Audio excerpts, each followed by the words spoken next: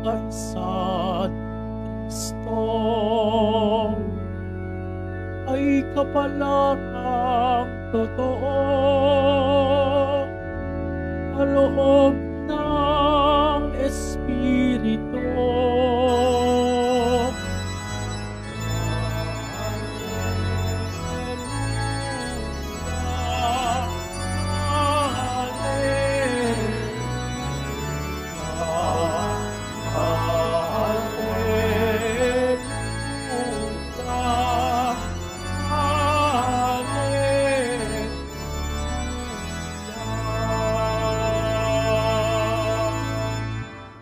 Sumainyo ang Panginoon. At sumaiyo rin. Ang mabuting balita ng Panginoon ayon kay San Lucas. Papuri sa iyo, Panginoon. Noong panahong iyon, sumama kay Jesus ang napakaraming tao. Humarap siya sa kanila at kanyang sinabi, "Hindi maaring maging alagad ko ang sinumang umiibig sa kanyang ama at ina, asawa at mga anak, mga kapatid at maging sa sarili niyang buhay ng higit sa akin. Ang sinumang hindi magpasa ng sariling krus at sumunod sa akin ay hindi maaring maging alagad ko.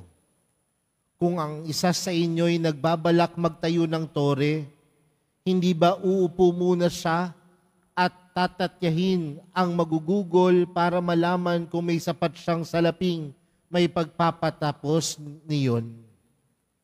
Baka mailagay ang mga pundasyon, ngunit hindi naman maipatapos.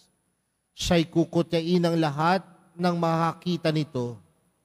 Sasabihin nila, nagsimulang magtayo ang taong ito, pero hindi na ipatapos. O sinong hari na makikipagdigma sa kapwa-hari ang hindi muna uupo at pag-aaralang mabuti, kung ang 10,000 niyang kawal ay may sasagupa sa kalaban na may 20,000 tauhan.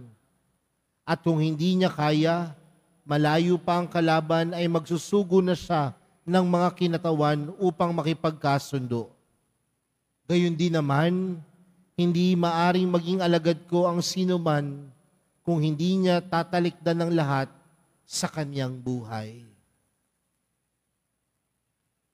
Mga kapatid, ang mabuting balita ng Panginoon. Pinupuri ka namin, Panginoong Hesukristo. Magsiupo muna ang lahat. Magandang tanghali po sa inyong lahat.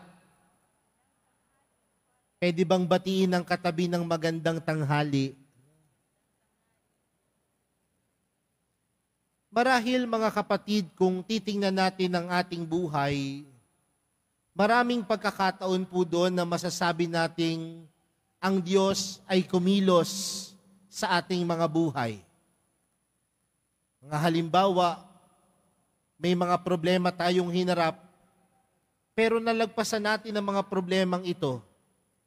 At sa dulo sasabihin natin, kailanman hindi talaga ako pinabayaan ng Diyos. Kailanman hindi talaga ako iniwan ng mahal na pong Jesus Nazareno. At kung tutuusin, ito po'y napakadaming pagkakataon at marahil hindi na natin mabibilang sa ating buhay dahil kailanman ang kabutihan ng Diyos wagas. At kung ang kabutihan ng Diyos at pagmamahal ng Diyos ay wagas sa buhay natin, mga kapatid, marahil ito din ang nag-uudyok sa ating mga sarili na tunay na manampalataya sa Diyos. Yung kabutihan ng Diyos, yung pagmamahal ng Diyos, yung walang hanggang awang ipinagkakaloob sa atin ng Diyos, ang nag-uudyok sa ating magtiwala at maniwala sa Diyos.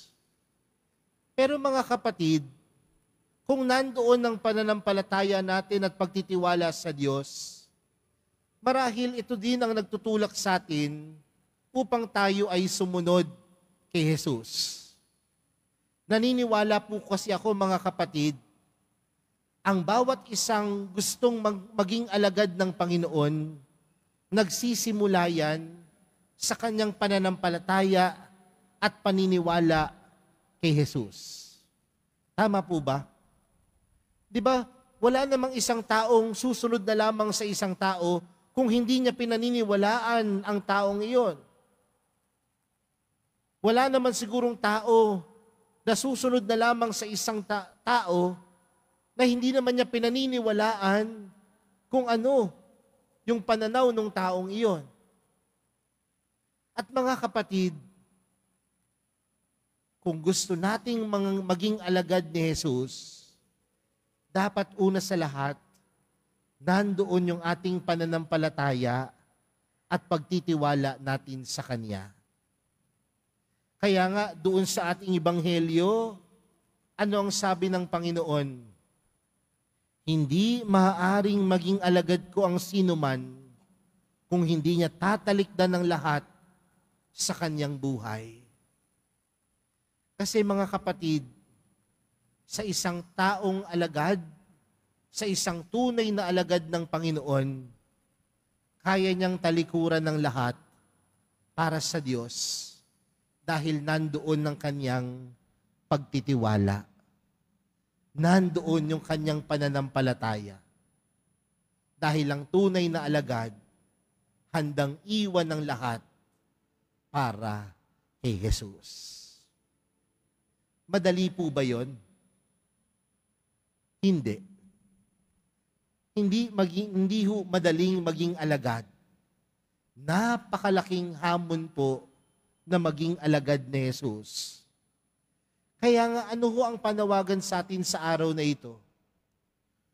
Kung gusto mong maging isang tunay na alagad, pangatawanan mo, hindi sa pananalita, kundi pangatawanan mo sa iyong pangako sa Diyos. Mga kapatid, ang pangako, madaling bitawan sa salita. Pansinin natin sa ating paligid, napakadaming taong mahilig mangako. Pero karamihan sa mga taong tunay nangangako sa pamamagitan ng salita, karamihan diyan napapako. Pero ang tunay na nangangako na maging alagad ng Panginoon, hindi sa pananalita, kundi pinangangatawanan sa pagsasabuhay sa Panginoon. Kaya nga mga kapatid, doon sa ating ebanghelyo, ano ang sinabi ni Jesus? Binigyan niya ng pansin. Yung mga taong nagpapagawa ng isang gusali o ng isang bahay, pinag-iisipang mabuti, pinag-aaralang mabuti ang pundasyon para maging matibay ang gusaling itinatayo. Binigyan niya pa ng halimbawa sa isang taong nakikipaggera, kailangan upuan niya muna. Dahil ganoon naman po ang pagiging tunay na alagad. Hindi ka lang magaling sa pananalita, kundi nandoon ginagamit ang utak, ginagamit ang puso upang tunay na mapangatawanan ang pagiging alagad ng Diyos sa pagiging alagad ni Jesus. Dahil kung yan ay pinag-isipan mo, kung yan ay pinagdasalan mo, yung pangako mo hindi napapako, bagkus tunay na naisasabuhay sa iyong mga sarili. Kaya mga kapatid, tingnan natin ha, madalas tayong mangako sa Panginoon kapag kaharap natin ang Panginoon sa ating buhay panalangin. Marami sa atin dumadaan sa Quiapo Church, sa simbahan ng Quiapo, mananalangin, mangangako sa mahal na pong Jesus Nazareno. Pero ilan sa mga pangako na ito ang natunay nating natutupad? Baka kasi magaling lang tayo sa pananalita, Pero ang tunay na pangako, hindi sa pananalita, kundi kung paano nating tunay na maisasabuhay si Jesus. Mga kapatid, sa araw na ito, magandang tanungin ng ating mga sarili, ano po kaya ang kaya nating ibigay sa Panginoon? Kung tunay tayong mga alagad ng Panginoon, ano kaya ang mga bagay na kaya nating bitawan? At sana yung pagbitaw natin sa mga bagay na ito, hindi lang sa pananalita, kundi tunay na naisasabuhay at nakikita sa ating pagkilos at paggawa. Mga kapatid, ano ang kaya mong ibigay kay Jesus? Ano ang kaya mong ibigay sa mahal na pong Jesus Nazareno? Magaling ka lamang ba sa pananalita? O tunay kang alagad na Jesus dahil naisasabuhay mo ang kanyang turo?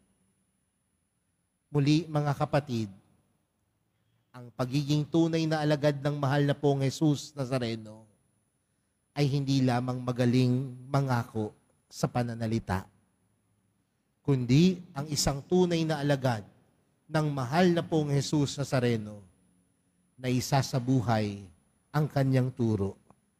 At kung may isasabuhay natin ang kanyang turo, handa nating bitawan ng lahat upang tayo'y maging tunay niyang alagad.